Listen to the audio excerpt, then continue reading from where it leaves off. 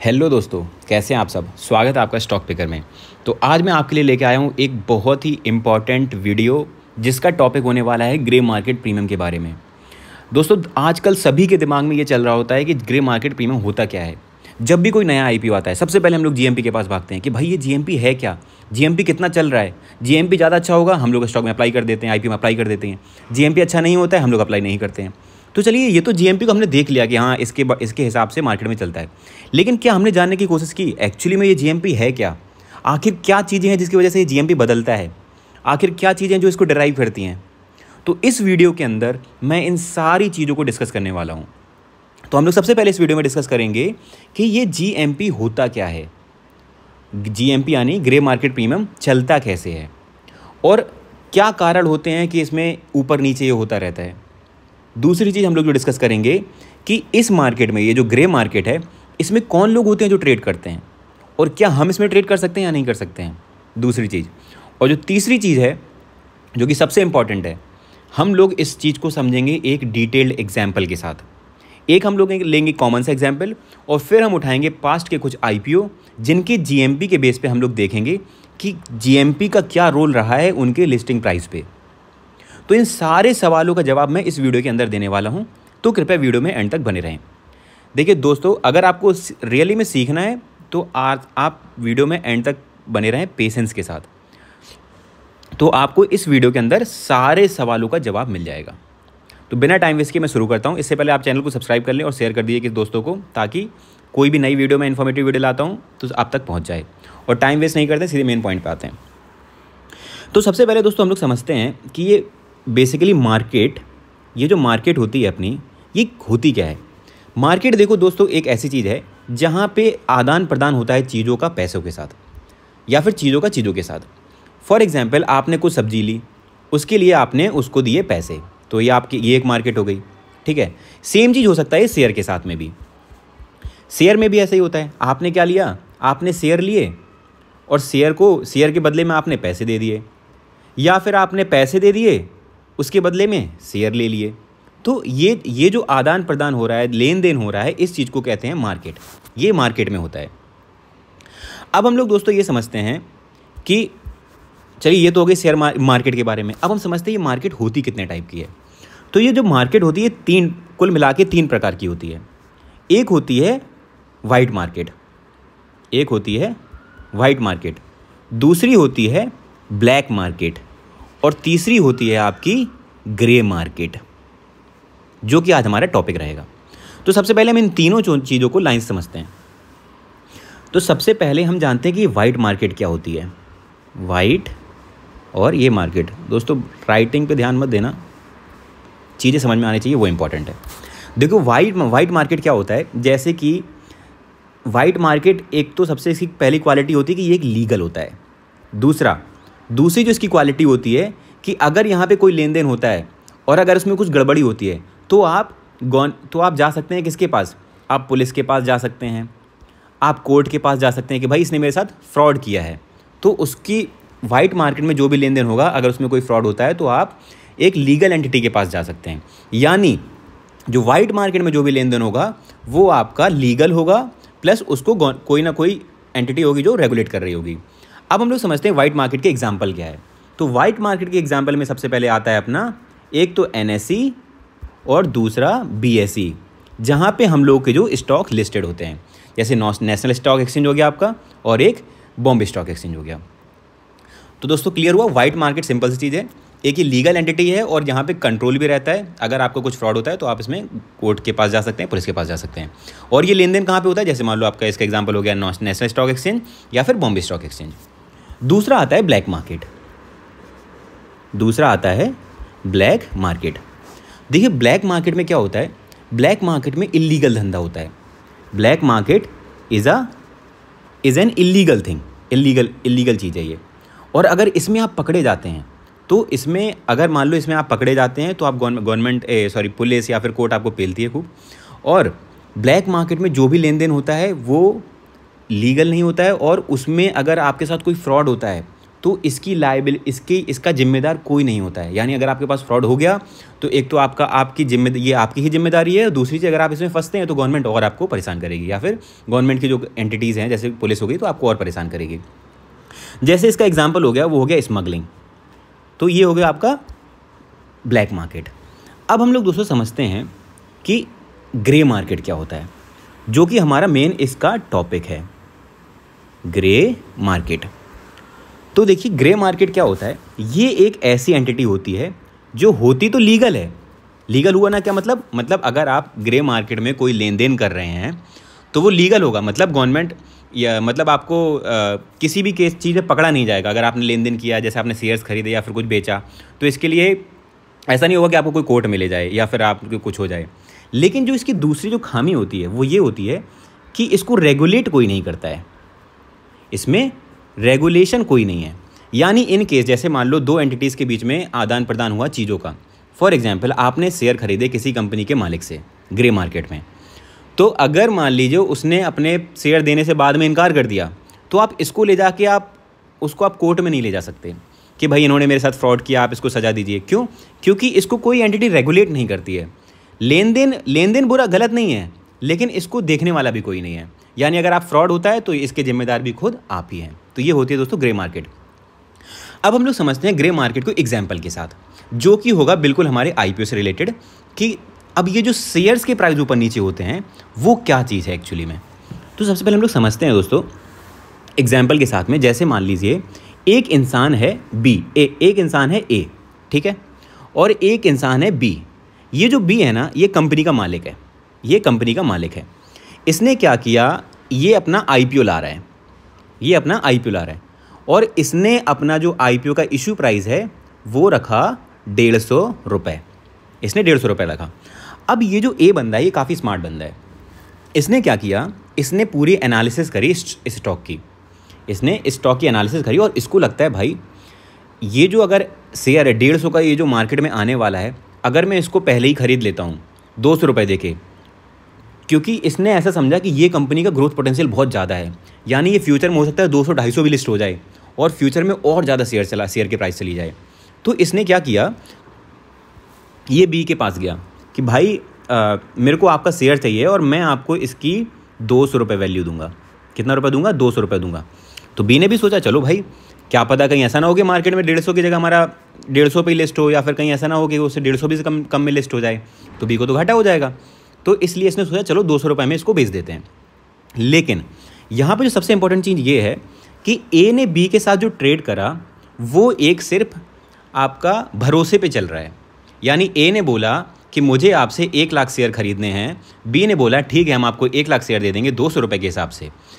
तो लेकिन अगर मान लीजिए बाद में बी ने बोल दिया कि हम नहीं देंगे शेयर, अगर मान लो उसका जो स्टॉक है वो 300 पे लिस्ट हो गया और उसका मन हट गया कि भाई नहीं यार 150 से 300 हो गया और यहाँ पे तो इसने मुझे 200 रुपये दिया है तो मैं इसको नहीं दूंगा, तो अगर वो ऐसे इनकार कर देता है तो इसमें ए कुछ नहीं कर पाएगा। ए पुलिस के पास भी नहीं जा सकता, ए कोर्ट के पास भी नहीं जा सकता। समझिए इस चीज़ को, समझ गए? तो एक कोर्ट के पास नहीं जा सकता क्योंकि ये बस लीगल है, इस पर रेगुलेशन किसी का नहीं है। सिमिलरली अब अगर मान लो इसने ए ने बी को बेच दिया, और सिमिलरली ए भी कर सकता है। अगर मान लीजिए ये 150 रुपये की जगह अगर मान लो 50 रुपये पे आ गया, 50 रुपये पे लिस्ट हुआ स्टॉक में, स्टॉक एक्सचेंज में, तो ए ने बाद में बोल दिया कि भाई नहीं मेरे को नहीं चाहिए आपका शेयर, मेरे को आपका शेयर नहीं चाहिए, मैं नहीं दूंगा आपको पैसे, तो बी कुछ नहीं कर पाएगा। तो ये सिंपल सी चीज़ है। अब हम लोग समझते हैं कि अगर मान लीजिए इसकी तीन बेसिकली तीन, तो यहाँ पे आपको देख के समझ में आया कि इसकी 3 कंडीशंस बन रही हैं। जैसा कि इशू प्राइस उसका 150 था, 150 प्राइस इशू होने पे अगर मान लो मार्केट खुलती है, ठीक है, मार्केट खुलती है, और अगर मार्केट खुलती है ऑन द सेम प्राइस जिसको बोलते हैं हम एट पर, यानी मार्केट आपकी खुली 150 रुपये में, समझ गए? अब 150 रुपये में जो आपकी मार्केट खुली है, तो यहाँ पे देखिए दोस्तों, ए ने जो बी को दिया था वो दिया था 200 रुपये, समझ गए?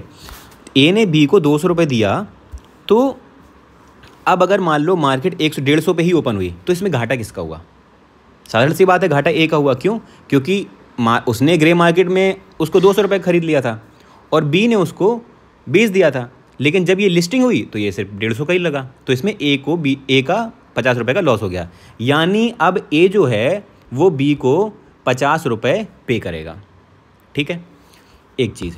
दूसरा, अब अगर मान लीजिए दूसरे केस में जो आपका स्टॉक है वो लिस्ट होता है प्रीमियम के साथ में, मान लो वो 150 की जगह पे हो गया लिस्ट ₹300 पे।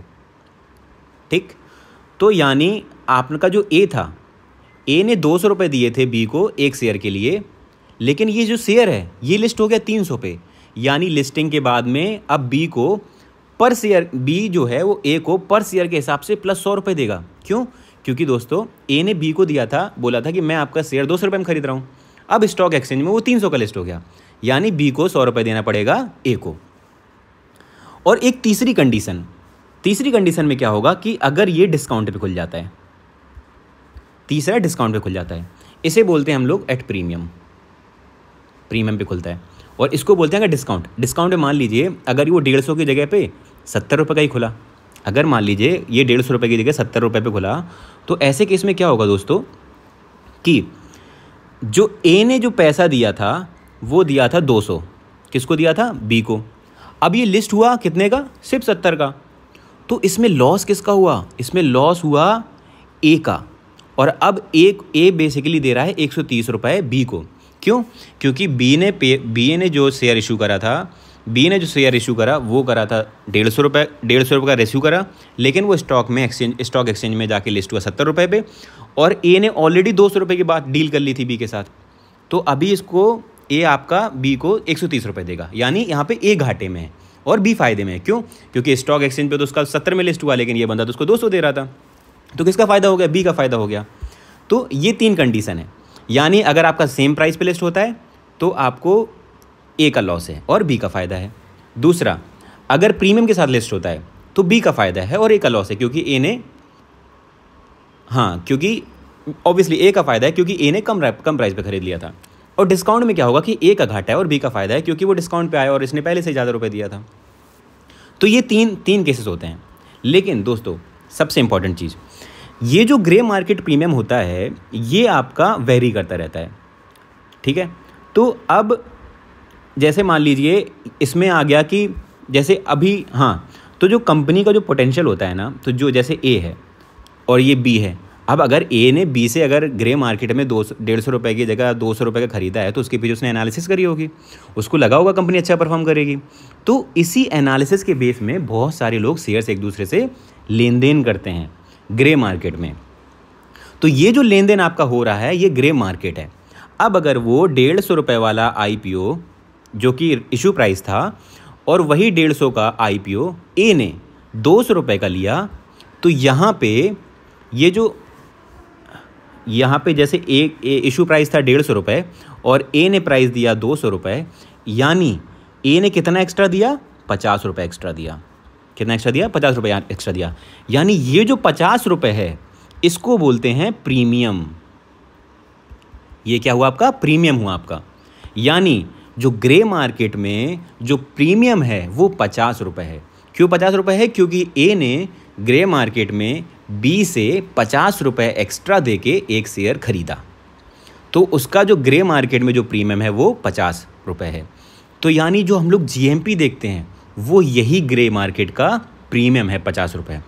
अब जैसा कि आप देखते हैं कि ग्रे मार्केट में आपको GMP का परसेंट दिखता है, तो यानी यहाँ पे जो ₹50 आया आपका और आपका इशू प्राइस जो आपका था वो ₹150 था, तो यहाँ से हमको परसेंट पता चलेगा। तो परसेंट कैसे कैलकुलेट करते हैं दोस्तों? 50 डिवाइडेड बाई 150 इंटू 100, तो ये यहाँ पे लगभग आ जाएगा आपका 33%। यानी अगर कोई स्टॉक आपको दिखता जो कि यहाँ पे मतलब इशू होने के पहले लिस्टिंग होने के पहले आपको इसका GMP इस तरीके से दिखता है कि आपको 33.33% का प्रॉफिट होगा। क्यों? क्योंकि ग्रे मार्केट में इसका जो प्राइस है वो 33.33% ज़्यादा पे बिका है। मतलब ये जो शेयर है उसकी इशू प्राइस से 33.33% ज़्यादा से लिया गया है। तो ये होता है आपका GMP।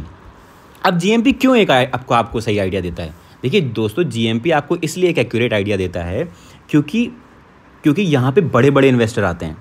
ये जो ए है ना, ये ऐसा नहीं है कि इसको 5 शेयर 10 शेयर या फिर 15 शेयर 20 शेयर 1000 2000 15,000 20,000 30,000 के चाहिए। नहीं भाई, ये जो ए है ना, ये लाखों में शेयर खरीदते हैं। यानी जैसे मान लो ये जनरली ग्रे मार्केट में लोग ट्रेड होता क्यों है, ग्रे मार्केट में ट्रेड होने का कारण ही यही है क्योंकि इनको ये डर रहता है कि पता नहीं जिस दिन लिस्टिंग होगी उस दिन हमको मिलेगा या नहीं मिलेगा।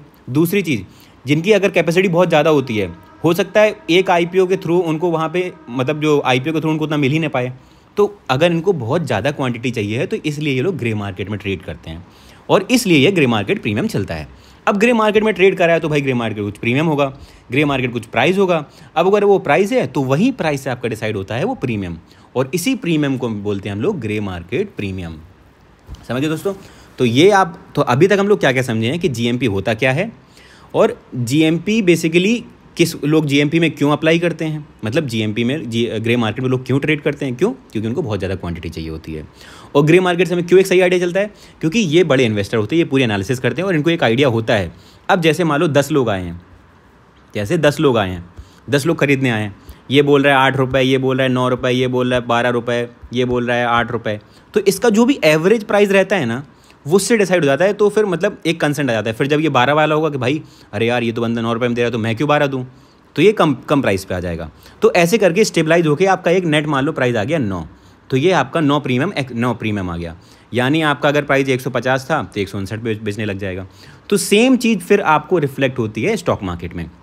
लेकिन अब ऐसा ज़रूरी नहीं है दोस्तों कि जो जीएमपी चल रहा है आपको सेम प्राइस पे ही लिस्ट होगा।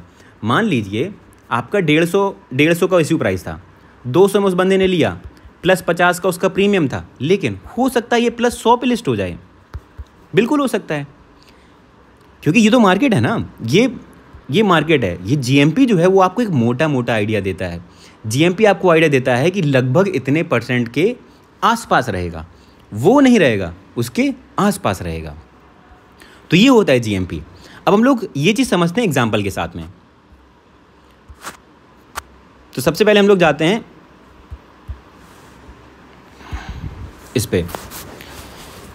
ये देखिए पास्ट के कुछ आईपीओज हैं और यहाँ पे हम लोग देखेंगे कि जैसे यहाँ पे ये जो आपको आईपीओ दिख रहे हैं ये सारे आईपीओ पहले से ऑलरेडी आ चुके हैं। तो जैसे ये गाला प्रिसीजन है, अब ये जो गाला प्रिसीजन है इसका जो जीएमपी का जो इशू प्राइस था वो 529 था। इसका जो इशू प्राइस था वो 529 था और इसका जो ग्रे मार्केट प्रीमियम चल रहा था वो 245 चल रहा था। तो दोनों मिला के आइडियली इसको प्राइस लिस्ट होना चाहिए था 774 रुपये में, यानी 46% में। बट ये लिस्ट कितने पे हुआ? 36% पे लिस्ट हुआ। यानी हुआ तो पॉजिटिव ही लिस्ट, यानी मिला तो इसको पॉजिटिव ही, लेकिन वो 46% की जगह 36% पे हुआ। होना था उसको 774 रुपये में, लेकिन वो हुआ जाके 721 में। यानी आपको क्या समझ में आया यहाँ से ये समझ में आया कि जो आपका जीएमपी है वो उसने एक ये आइडिया दिया कि आपका जो प्रॉफिट % वहाँ पे दिख रहा है वो उसके लगभग आसपास रहेगा, एक्यूरेट वो नहीं रहेगा। आपको मैं दूसरे एग्जांपल के साथ समझाता हूँ।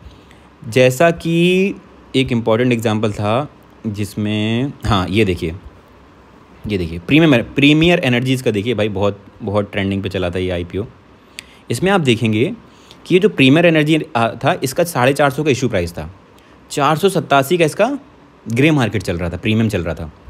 इसको लिस्ट होना था 937 पे, लेकिन ये लिस्ट कितने पे हुआ? 990 पे। यानी ऐसा भी नहीं है कि जो जीएमपी है उससे कम आएगा, जीएमपी जो है उससे ज़्यादा भी आ सकता है। तो ये सब डिपेंड करता है मार्केट पे, समझ गए दोस्तों। तो ग्रे मार्केट आपको एक आइडिया देता है कि आपको आपकी मार्केट में जब वो आईपीओ लिस्ट होगा तो कितने रुपए का होगा। तो यहाँ पे हम लोग समझ गए हैं कि जीएमपी एक्चुअली में होता क्या है, काम कैसे करता है और कैसे ये ऊपर नीचे होता है, और जीएमपी आपको कैसे एक आइडिया देता है। तो आज की वीडियो में दोस्तों इतना ही, और ऐसे ही मैं और भी इन्फॉर्मेटिव वीडियो लाता रहता हूँ। हर एक टॉपिक में मैं डिटेल एनालिसिस करता हूँ। तो आप कृपया मेरे चैनल को सब्सक्राइब करें ताकि फ्यूचर में अगर मैं कोई भी वीडियो लाऊँ तो आप तक पहुँच जाए। आज की वीडियो में इतना ही, थैंक यू।